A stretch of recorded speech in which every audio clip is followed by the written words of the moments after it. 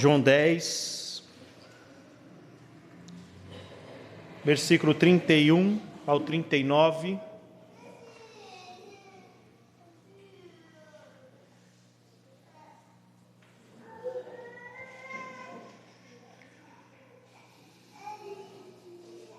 João capítulo 10, versículo 31. Novamente pegaram os judeus em pedras para lhe atirar. Disse-lhes Jesus: tenho-vos mostrado muitas obras boas da parte do Pai. Por qual delas me apedrejais? Responderam-lhe os judeus: não é por obra boa que te apedrejamos, e sim por causa da blasfêmia. Pois sendo tu homem, te fazes Deus a ti mesmo. Replicou-lhes Jesus: não está escrito na vossa lei, eu disse, sois deuses? Se ele chamou deuses aqueles quem foi dirigido a palavra de Deus, a Escritura não pode falhar. Então daquele a quem o Pai santificou e enviou ao mundo, dizeis, tu blasfemas? Porque declarei, sou filhos de Deus?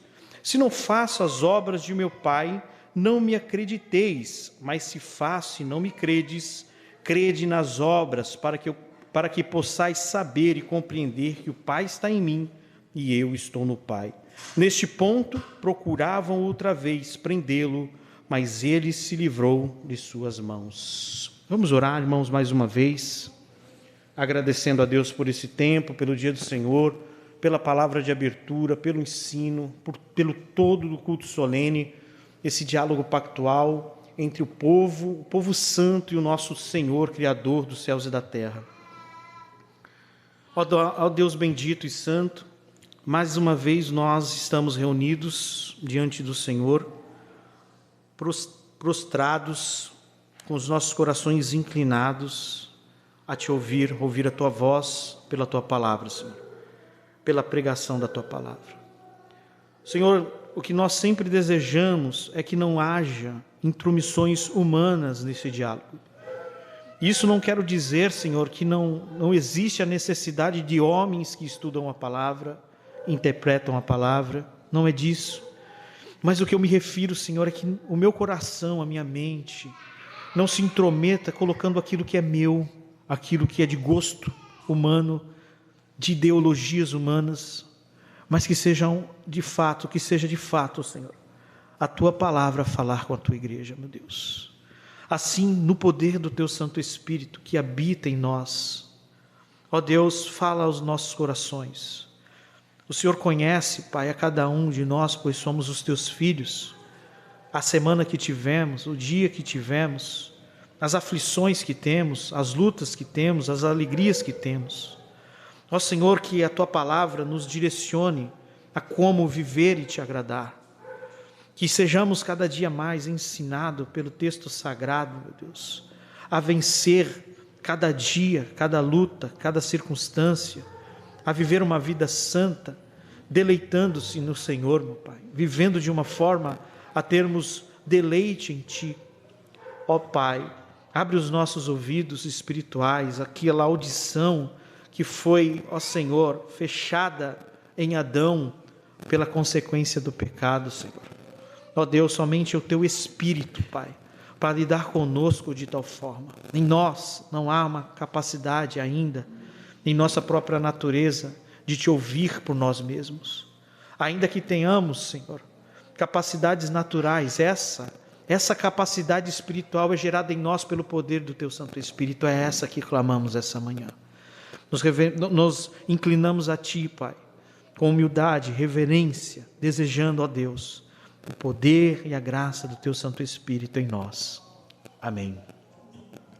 Versículo de número 30 diz assim: eu e o Pai somos um.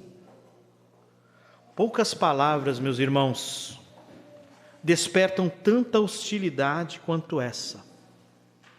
Eu e o Pai somos um.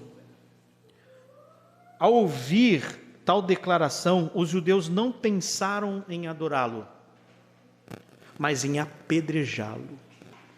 Ao ouvirem esta palavra, eu e o Pai somos um.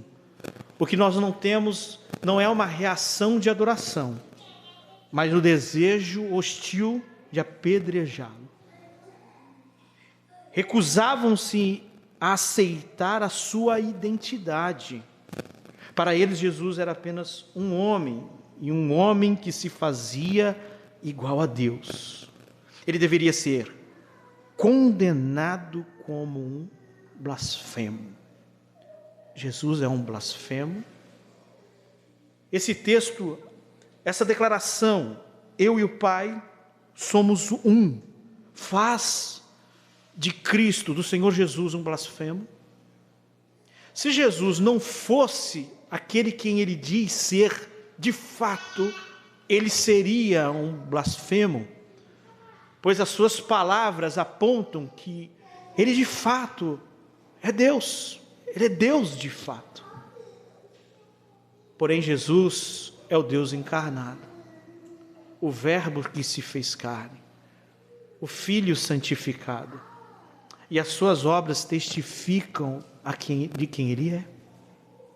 Aqui nós vemos a grande crise que atravessa os séculos. Que crise é essa? A dificuldade do coração humano em reconhecer quem é Jesus, em reconhecer quem era o Senhor. De fato, muitos admiram os seus milagres, louvam palavras de consolo, mas dobrar-se diante dele como Filho de Deus, como Senhor e Salvador, isso o coração endurecido não suporta. Muitos em suas vidas possuem espaços para as ditas bênçãos, possuem espaços em suas vidas para possíveis milagres.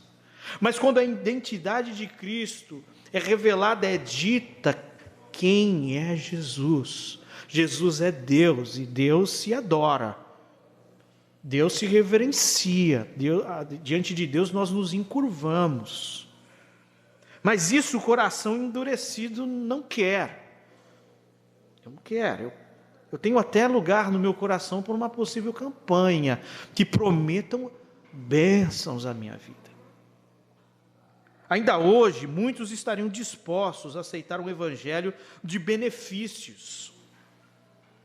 Um evangelho que apenas promete conforto, saúde, prosperidade. Esse é um cenário atual do evangelicalismo, principalmente em nosso território. Um tipo de evangelho, meus irmãos, que as pessoas estão dispostas a aceitá-lo. Há uma disposição no coração, ainda que endurecido, de aceitar esse tipo de evangelho. Mas quando o evangelho denuncia o pecado, quando chama o homem ao arrependimento, quando exige que toda a confiança seja depositada no senhorio de Cristo, esse evangelho é rejeitado, e rejeitado como Cristo foi rejeitado, chamado de blasfemo. Esse evangelho é chamado de evangelho criminoso. Um evangelho que aos olhos do mundo é como um ato de um crime. Exatamente diante aqui deste conflito entre as obras de Cristo e a resistência dos homens, que o nosso contexto nos convida a olhar para Cristo, olhar para Jesus. Ele não responde apenas aos seus acusadores, mas também nos mostra que a sua identidade, quem ele é, sua missão e sua unidade com o Pai, permanecem a grande questão de fé de todos os tempos. Uma pergunta para nós iniciarmos o nosso sermão: Cristo é um blasfemo? Versículo 31 diz assim: novamente pegaram os judeus em pedras para lhe atirar.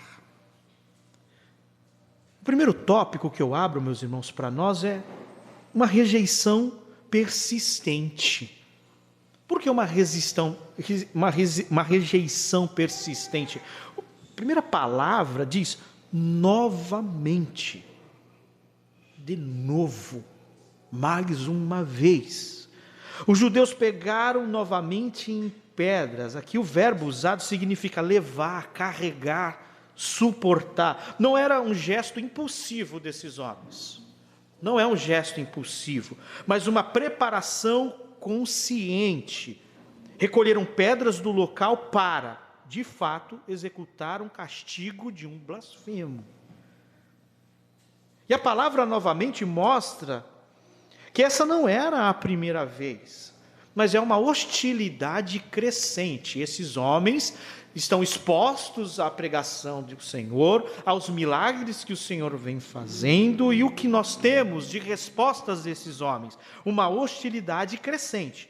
João capítulo 5, versículo 16 e 18 diz assim: e os judeus perseguiam Jesus, porque faziam essas coisas no sábado.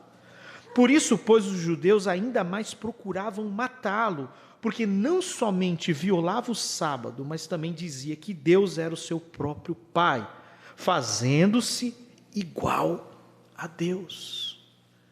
Se Cristo não é quem ele diz ser, podemos dizer, ele é um blasfemo. Mesmo expostos diante a palavra, reagem desta maneira, reagem dessa forma. Esse coração desses homens, irmãos, são corações obstinados, e corações obstinados respondem sempre de modo pecaminoso ao Evangelho. Qual é a resposta de um coração obstinado diante do Evangelho? É responder pecaminosamente. O coração aquebrantado diante do Senhor, ele responde com arrependimento, ele responde com adoração, mas um coração endurecido, ele responde com pecado. E novamente responde com pecado. O texto diz, novamente pegaram pedra. Quando nós anunciamos o Evangelho, o que nós esperamos? Esperamos rendição. Mas os corações duros repetem os mesmos pecados, ainda que estejam expostos ao Evangelho. O meu ponto aqui é esse. É nós olharmos essa palavra novamente, o ato de repetir os mesmos pecados, o ato de ter a mesma reação, mesmo estando expostos à mensagem de Cristo e os seus milagres. E aqui eu proponho uma imagem para nós. Imagine alguém frequentando a igreja. Ele ouve sermões sobre arrependimento, sobre abandonar o pecado, confiar em Cristo. Mas durante a semana volta exatamente aos mesmos pecados, como se nunca tivesse ouvido nada. A palavra é pregada, mas o coração obstinado reage sempre da mesma forma, rejeitando a rendição a Cristo. Isso é característica de coração obstinado, de coração endurecido, que mesmo exposto ao Evangelho, ensinamento após ensinamento, reage sempre da mesma forma, repetem os mesmos pecados, pecados repetidos. Esse é o retrato do pecador diante do Evangelho. Em vez de quebrantamento, continua repetindo o mesmo padrão de rebeldia. Há um padrão repetido e uma hostilidade crescente, porque são corações duros e obstinados. O que de fato não pode ser uma característica daquele que nasceu de novo. Não pode, meus irmãos, ser uma característica daquele que foi regenerado. Repetir padrões de rebeldia. Crescer nos mesmos padrões a qual Cristo os libertou. Novamente pegarem pedras é um ato repetido deste padrão de rejeitar e hostilizar a Cristo e o seu Evangelho. Este padrão é seguido por essa presente era caída. Aqueles que são chamados ao arrependimento, aqueles que ouvem a voz do seu pastor e seguem, o Senhor os tiram deste mundo tenebroso, escurecido, caído, desfigurado, e coloca em um padrão para a glória de Deus, segundo a sua vontade, segundo o seu amor resgatador. Meus irmãos, continuar repetindo o mesmo padrão de rebeldia é característica de corações endurecidos. Não, é complicado afirmarmos, estarmos expostos à palavra de Deus, aos ensinamentos do Senhor, e viver repetindo o mesmo padrão, e viver repetindo os mesmos pecados. O que nós temos então, no primeiro ponto para inaugurar o sermão nessa manhã, essa rejeição persistente. Repetem um padrão de rebeldia e cresce em hostilidade. E o que isso caracteriza? Qual é o apontamento? De um coração obstinado, um coração endurecido, um coração em pecar. Isso é um chamado a nós nos analisarmos. Como reagimos? Qual tem sido as nossas reações aos ensinamentos do nosso Mestre, do nosso Senhor? Seja esposos, esposas, filhos e filhas, irmãos e irmãs, pastores, mestres, ensinadores, rompemos, de fato, em repentir esses padrões que caracterizam um coração rebelde e cumprimos esse chamado do discípulo, como foi feita a abertura, que ama ao seu Senhor, que é o padrão do crente, amar a Deus, amar a Cristo. Qual é o padrão do crente? Amar a Deus, amar ao seu Senhor. Não rejeitá-lo. Versículo 32, disse-lhes Jesus: tenho-vos mostrado muitas obras boas da parte do Pai. Por qual delas me apedrejais? Tem pedras, aqueles homens pegaram pedras, não é uma ação como afirmei os irmãos, impulsiva, mas o texto, o verbo, ele caracteriza algo como pensado, algo projetado, uma hostilidade pensada. Tá certo? Mas o Senhor propõe algo para eles. Eu tenho mostrado muitas obras boas da parte do Pai, por qual delas me apedrejais? Pelo homem curado, que vivia paralítico, o cego que nasceu cego agora vê. Obras boas. Obras boas que revelam o poder do Pai. Obras boas que glorificam o Pai. Obras boas que revelam que eu e o Pai somos um. Entendem aqui, irmãos, o que o Senhor está fazendo? Obras que faço na autoridade do Pai. Obras boas, obras que testificam quem eu sou. Obras boas. Obras que é o testemunho que o Pai dá do Filho. Quem o Filho é. Jesus recorda aos judeus: tenho-vos mostrado muitas obras boas da parte do Pai, por qual delas me apedrejais? Essas obras não eram meros milagres isolados. O Senhor Jesus não quer que esses homens sejam fanáticos em milagres, irmãos. Não é isso. Mas sinais revelam a glória de Deus. Seu poder, sua sabedoria, sua graça eram obras da parte do Pai, realizadas em obediência, em total unidade com Ele. O Senhor pega as obras, os sinais que o acompanham, coloca diante daqueles homens, porque estas obras, ela é uma afirmação contínua da palavra que Ele diz antes: eu e o Pai somos um. Vocês querem apedrejar por causa desta palavra? Logo apedrejarão por causa das obras que eu faço. E as obras do que eu faço glorificam o Pai. Essas obras deveriam ser suficientes para convencê-los, meus irmãos. Convencer de quem Jesus era de fato, o Filho de Deus.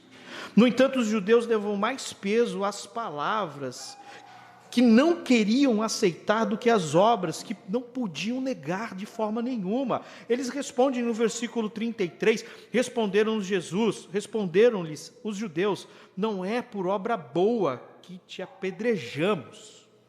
e sim por causa da blasfêmia, pois sendo tu homem, te fazes Deus a ti mesmo.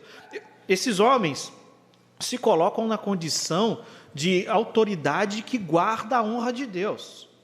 E nós não estamos julgando você por obras boas que você tenha feito, mas sim por suas palavras, pelo que você tem dito.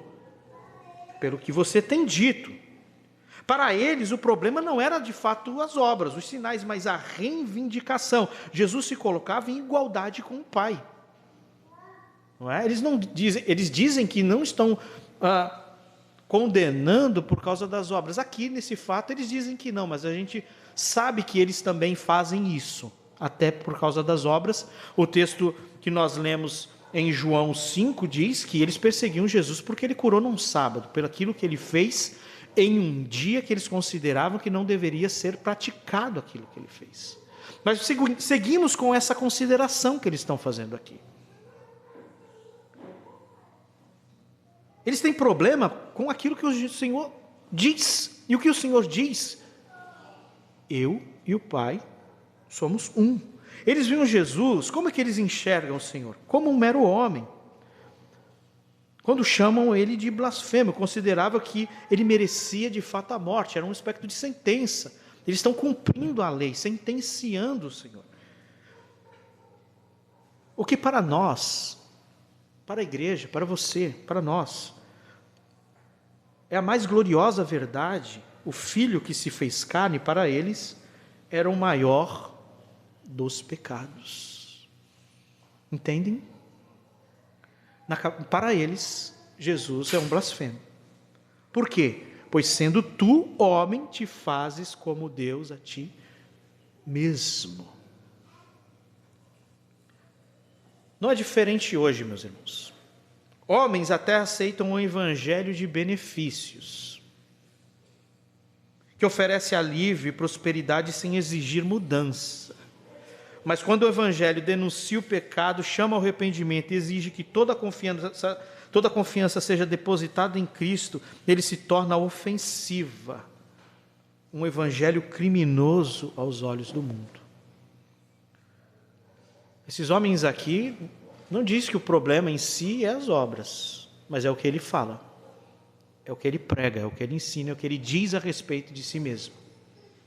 Muitas pessoas até aceitam um tipo de evangelho que faz coisas boas, que opera milagres, mas nega quando esse mesmo evangelho denuncia o pecado. Coloca o homem em condição de não ter condições. Exalta a soberania de Deus. Chama o homem a arrepender-se desta vida promíscua e depositar em Cristo toda a sua confiança. Oferece de fato e exibe de fato quem é o Senhor. Aqui há uma ruptura. É por isso que é comum nós olharmos estruturas milagreiras, ditas estruturas que oferecem práticas e operações destituídas do Evangelho. Só que o texto nos mostra que é impossível separar as obras de Cristo de quem Ele é. Porque as suas obras evidenciam quem Ele é. É impossível afirmar e sustentar um lugar onde diz que tem milagre, operações poderosas que desconfiguram o Evangelho. Esse lugar não é de Deus, de fato. Porque a identidade de quem Cristo de fato é, a identidade de Cristo, o que é de fato o Evangelho, é testificado por seus milagres, é impossível sustentar obras de um lado, as obras de Cristo de um lado, e a sua identidade do outro, de forma separada. Como pode então, irmãos, existir o show da fé, o curandeiro que sustenta impérios, uma vez que esses homens defendem a possibilidade de obras, mas nega a Cristo, pregando um falso evangelho, um evangelho de engodo, mentiroso.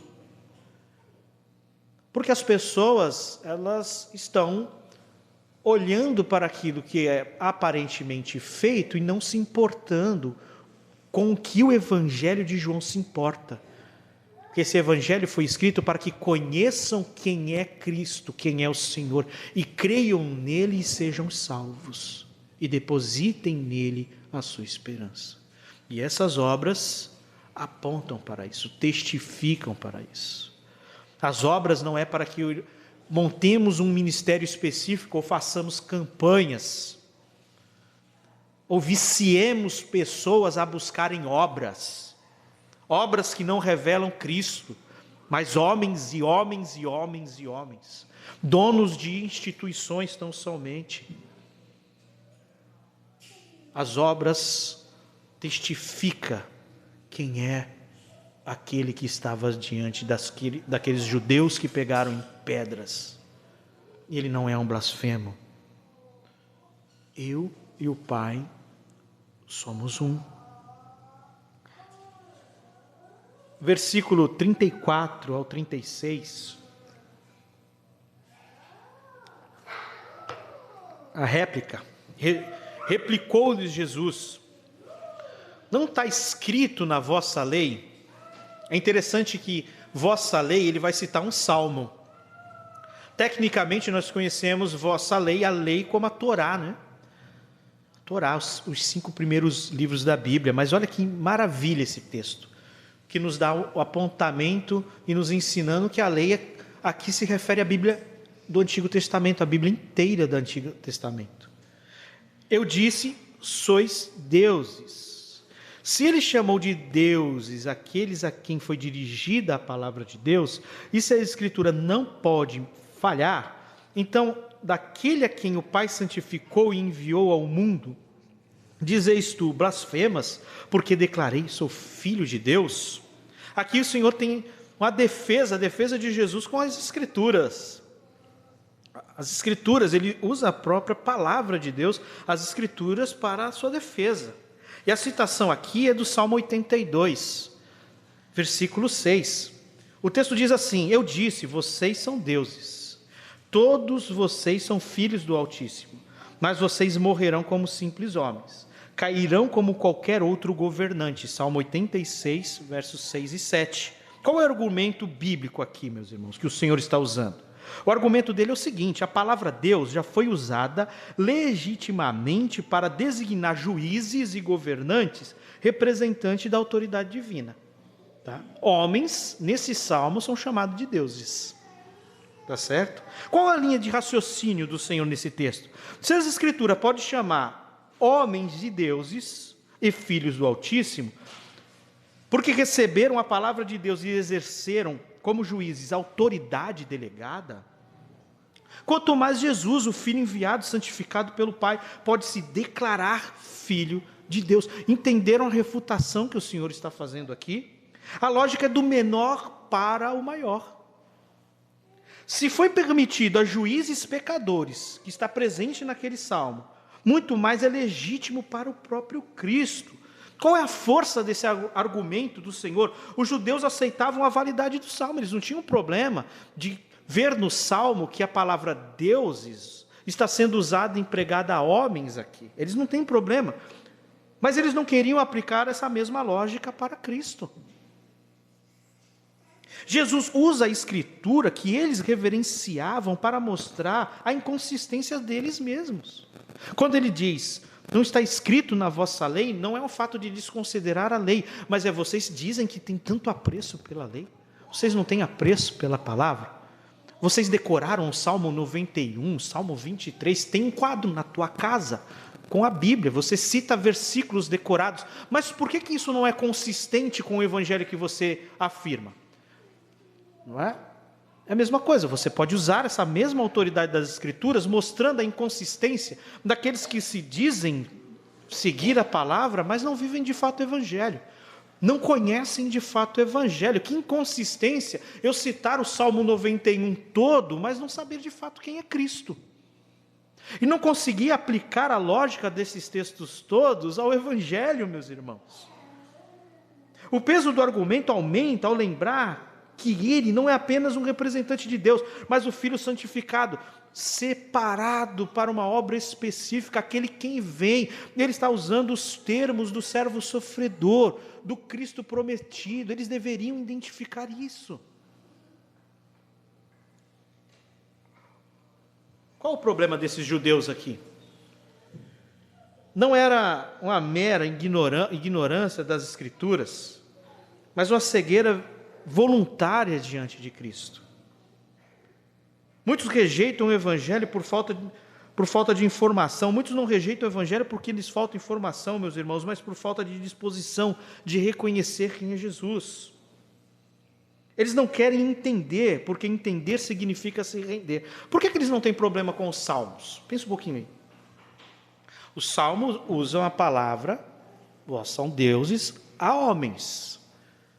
Mas eles não têm problema com isso. Mas tem problema quando Jesus diz, eu e o Pai somos um. Caracterizam Jesus de um blasfemo, alguém que está blasfemando. Eles entendem o salmo. Então eles não têm problema com o salmo. Mas eles não entendem quem Cristo é. Por isso eles têm problema. Só que entre entender e não entender, existe um não querer entender. Não é um simples não entender, é um não querer entender. Vamos lembrar? Abra comigo aí em João 3.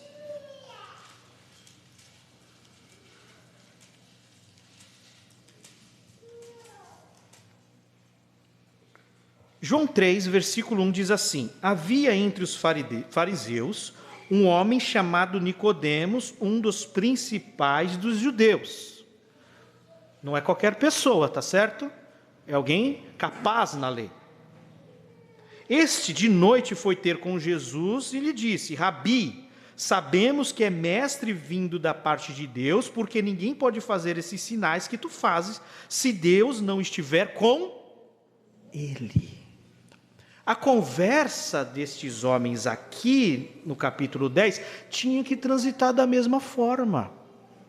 Nicodemos não entendia todas as coisas, mas ele olha para os sinais e pressupõe o quê? Esse não é qualquer homem. Há algo diferente acontecendo aqui. Entre entender e não entender, ele busca entender. Contrário desses homens que pegam pedras e crescem em hostilidade, é que entre entender e não entender, eles não querem entender. É uma ação deliberada não querer entender. E nós lidamos com pessoas assim.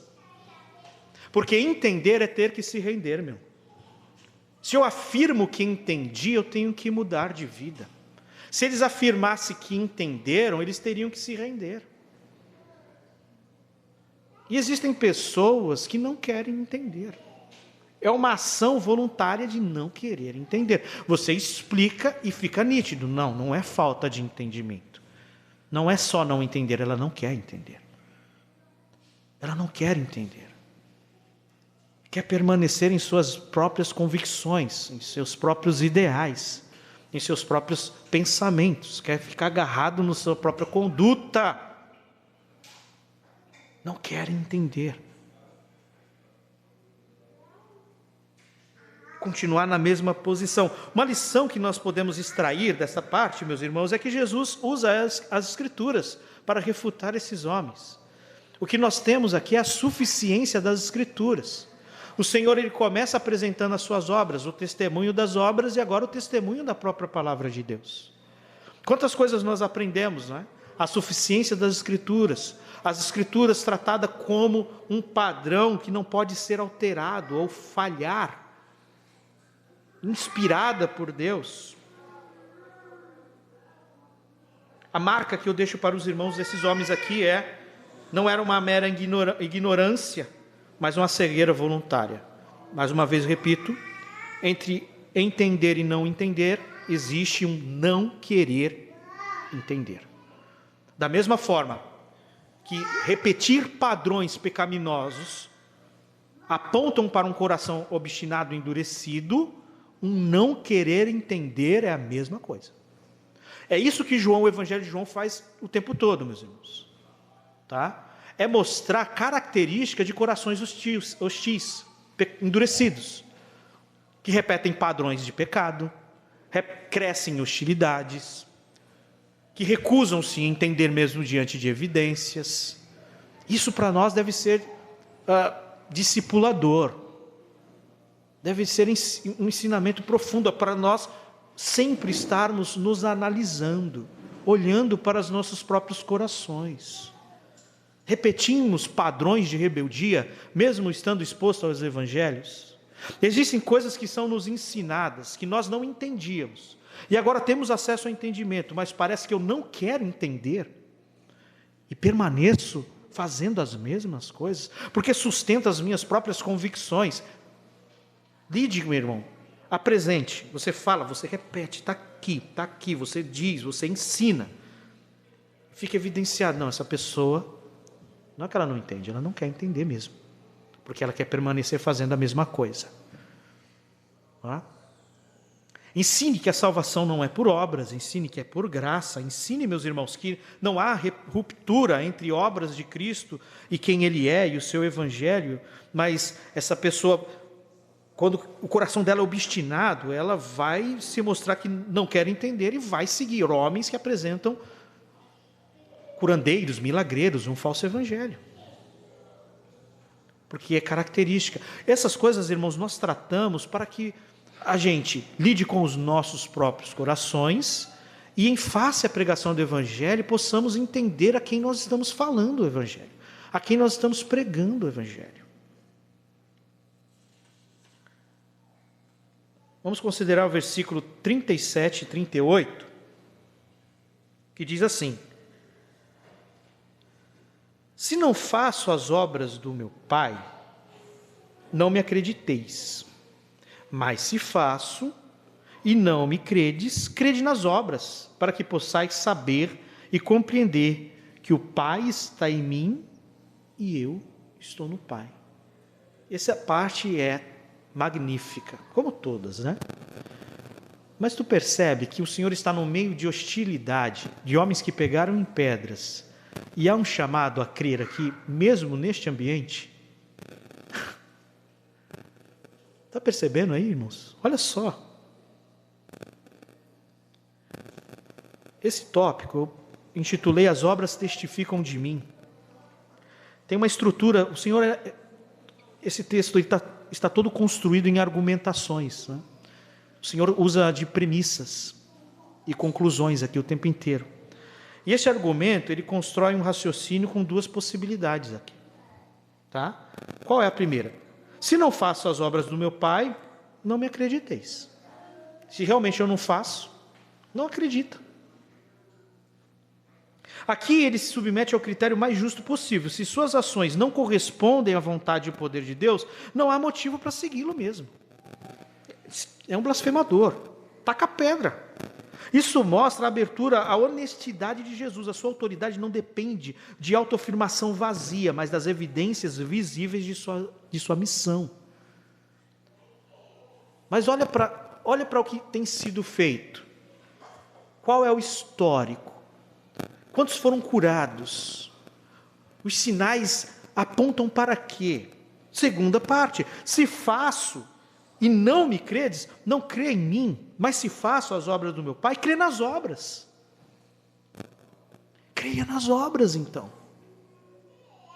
Mesmo diante da resistência contra a sua pessoa e o ambiente de hostilidade, Jesus aponta para as obras, para os sinais, para as obras dele.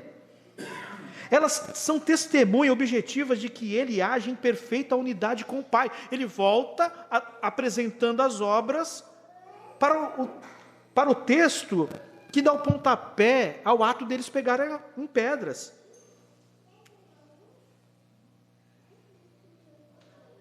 Eu e o Pai somos um. E ele mostra para esses homens verem o que ele está dizendo a partir deles crerem nas obras. A conclusão é clara: as obras de Jesus não apenas legitimam sua missão, mas também revelam a sua identidade. O Verbo encarnado. o Deus que encarnou, ao alvo final. O alvo final não é apenas admirar os milagres, como foi muito bem comentado na última terça na reunião dos homens, mas chegar ao entendimento de que há uma unidade essencial entre o Pai e o Filho. Aqui não é um chamado, meus irmãos, para que esses homens fossem capazes, ao final disso, fazer uma declaração sobre a doutrina da Trindade profunda.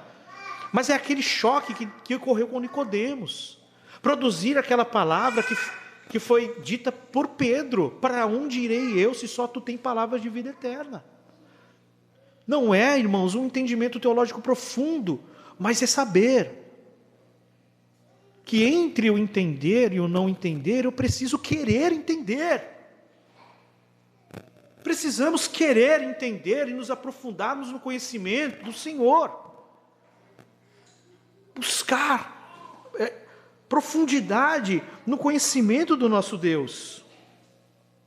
Para que possais saber, compreender que o Pai está em mim e eu estou no Pai. Creiam nas obras. E vocês irão saber que não se separa as minhas obras do que eu falo, não se separa a obra do Evangelho, pois um testifica do outro.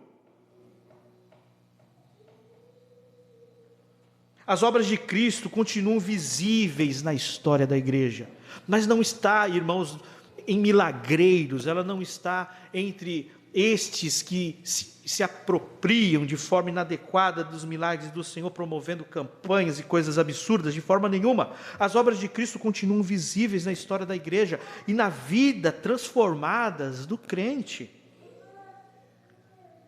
O milagre da regeneração continua. Você, eu, nós estávamos mortos em nossos delitos e pecados. Que milagre é esse que trouxe mortos de volta à vida? Nenhum de nós aqui seríamos capazes de ressuscitar a nós mesmos. Como fazer isso? Fomos ressuscitados, fomos regenerados. Isso evidencia, queridos, a obra de Cristo em nossas vidas, o poder do Evangelho em nossas vidas. A santificação. Éramos homens e mulheres que vivíamos no deleite e nos prazeres dessa vida. As obras de Cristo continuam visíveis na comunhão que temos com Deus. Aprendemos em pacto de obras.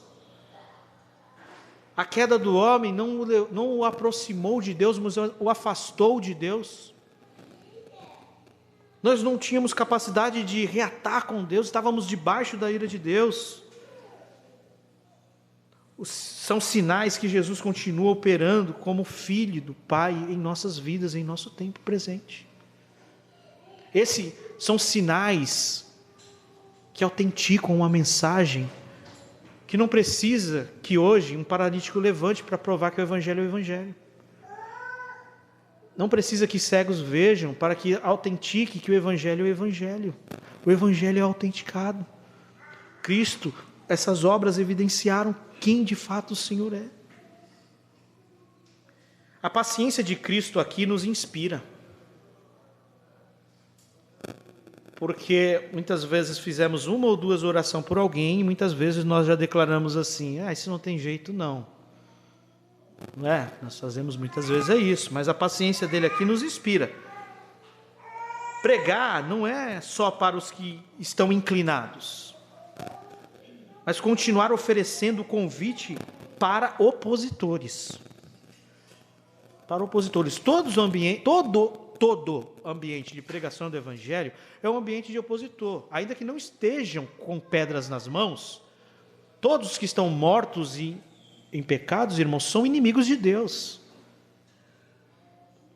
São inimigos de Deus. Ainda que não estejam com pedras nas mãos, todo pecado é errar o alvo, todo pecado é uma afronta contra Deus.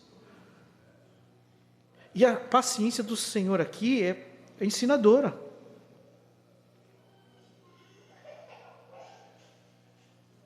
Mas continuar oferecendo o convite até para os opositores, apontando para as evidências da graça de Deus. As obras testificam do Senhor. E aqui nós respondemos a pergunta que nós abrimos. Jesus não é um blasfemador, porque Jesus é o Filho do Deus Altíssimo, o Verbo encarnado. Versículo 39. Neste ponto, nós iniciamos com um novamente. Agora, neste ponto, procuravam outra vez prendê-lo, padrões pecaminosos repetidos, mas ele se livrou das suas mãos. O texto, nesta parte, encerra com este resultado aqui. Mesmo em meio a esses opositores, Deus tem os seus eleitos, pois senão o Senhor não falaria o que falou. O Senhor, mesmo em meio a um ambiente como esse, chama homens ao arrependimento, para aqueles a quem o Senhor elegeu sejam convertidos. No versículo 39 nós temos que o tempo aqui não é desses homens. Ainda que o texto tenha começado com o novamente e terminemos com o neste ponto, o tempo aqui não é deles, o tempo é de Deus. Por que o tempo não é deles e o tempo é de Deus? Os judeus aqui não querem apenas apedrejá-lo, mas querem prendê-lo. Porém, Jesus se livra das mãos deles. Não é uma fuga por acaso, mas é o cumprimento do plano divino. Sua hora ainda não havia chegado, como está escrito em João 7,30. Nenhuma hostilidade humana poderia alterar o tempo determinado pelo Pai. Entenda isso. E qual é a conclusão do nosso sermão nesta manhã? A soberania de Deus governa até a malícia dos seus opositores. Até mesmo esses homens pecaminosos, maliciosos, malignos, estão debaixo da soberania de Deus. Por mais que nós olhemos para o nosso cenário atual e vemos o avanço da malignidade, o avanço da hostilidade, o avanço do pecado, e muitas vezes a impressão que temos é que o que governa as coisas todas são esses aspectos malignos. O que esse texto nos ensina, meus irmãos, é que a soberania de Deus governa até a malícia dos inimigos. Jesus não seria morto antes do tempo, nem de outra forma que não fosse a cruz, porque foi a cruz que o Senhor determinou, foi a cruz propositada pelo Pai. Ele não seria apedrejado, ainda que a intenção desses homens fosse essa, ainda que o texto diz novamente, ainda que o texto nos diga neste ponto. E o que isso significa para Deus? Nada, porque Ele governa soberanamente sobre todas as coisas. Assim sou eu, assim é você, meu irmão, minha irmã. A vida do crente não está nas mãos dos opositores do Evangelho. A vida do crente não está nas mãos do maligno. A vida do crente está nas mãos de Deus e não dos seus inimigos. A vida do crente não está nas mãos dos seus problemas. A vida do crente não está nas mãos das nossas próprias adversidades. A vida do crente está nas mãos do Deus que é soberano sobre todas as coisas. Pois Ele governa sobre todas as coisas. A vida do Senhor não estava nas mãos daqueles que propositalmente, pensadamente, pegaram em pedras.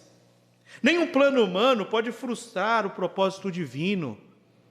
Ainda que seja pensado, vamos reunir pedras, porque ele vai cair, ele vai falhar, e nós iremos executá-lo. Que plano fraco, ainda que pareça tão bem pensado, tão estruturado na lei, não é?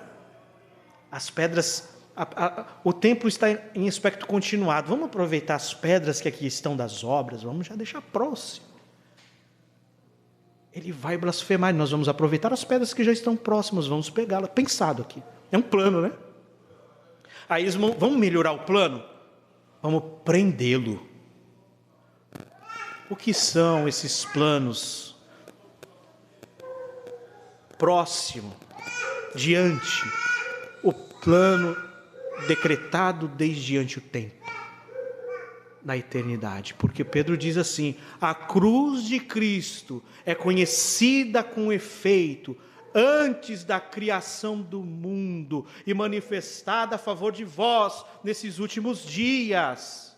O plano perfeito não é conhecido no tempo e espaço, mas decretado na eternidade, meu irmão e minha irmã. Não há homem, não há aspecto humano que possa deter o avanço do reino. Não há plano humano que possa deter o avanço da igreja do Senhor como embaixada de Cristo nessa terra. E o que isso deve nos dar? Isso deve nos dar coragem para servir com maior amor. Isso deve nos encorajar ao serviço à igreja local, amando mais a Cristo, amando mais os irmãos, sabendo que o nosso tempo não está nas mãos dos opositores, ainda que eles existam, ainda que peguem pedras, ainda que decretem em suas falas malignas que este evangelho que anunciamos é um evangelho criminoso. Sabemos nós que o nosso tempo está nas mãos do Pai e não nas mãos de homens. Seja encorajado por essa palavra essa manhã. Sirva mais, ame mais, santifique-se mais, deseje mais ao Senhor. Amém? Oremos. Ó Deus bendito e santo, proclamamos a Tua glória, ó Deus, Criador dos céus e da terra, não glórias de homens. Ainda que a oposição tenha pedras em suas mãos e pense em ampliar o seu plano miserável, o Senhor governa soberanamente e nada, nem ninguém pode impedir o avanço do Teu reino. A pedra que os construtores rejeitaram deslocou-se e o Teu reino é chegado a nós. Louvado e engrandecido seja o Teu nome. O presente tempo nos afeta. Muitos choram, muitos são oprimidos, sentimos as dores dessa presente era caída. O Teu filho foi afrontado, hostilizado, sentenciado como blasfemo, mas em nenhum momento esteve solto na história. Em todo o tempo esteve em Tuas mãos, em um projeto totalmente arquitetado para a Tua própria glória. Nada é solto, nada é fora do lugar, como também em nossas vidas, por mais que muitas vezes pareçam que as coisas estão soltas ou fora do lugar, nada é fora do lugar, nada está solto, nada escapa ao Teu governo santo e providencial, ó Deus Todo-Poderoso. Nos fortaleça, nos firme, nos encoraje, Senhor, por Tua palavra, a avançar o Teu reino, independentemente dos ambientes que são hostis, malignos e perversos. Sabendo, Senhor, que como Tu venceu, a Tua igreja também é chamada à vitória. Louvamos e engrandecemos o Teu santo nome essa manhã, ó Deus. Amém.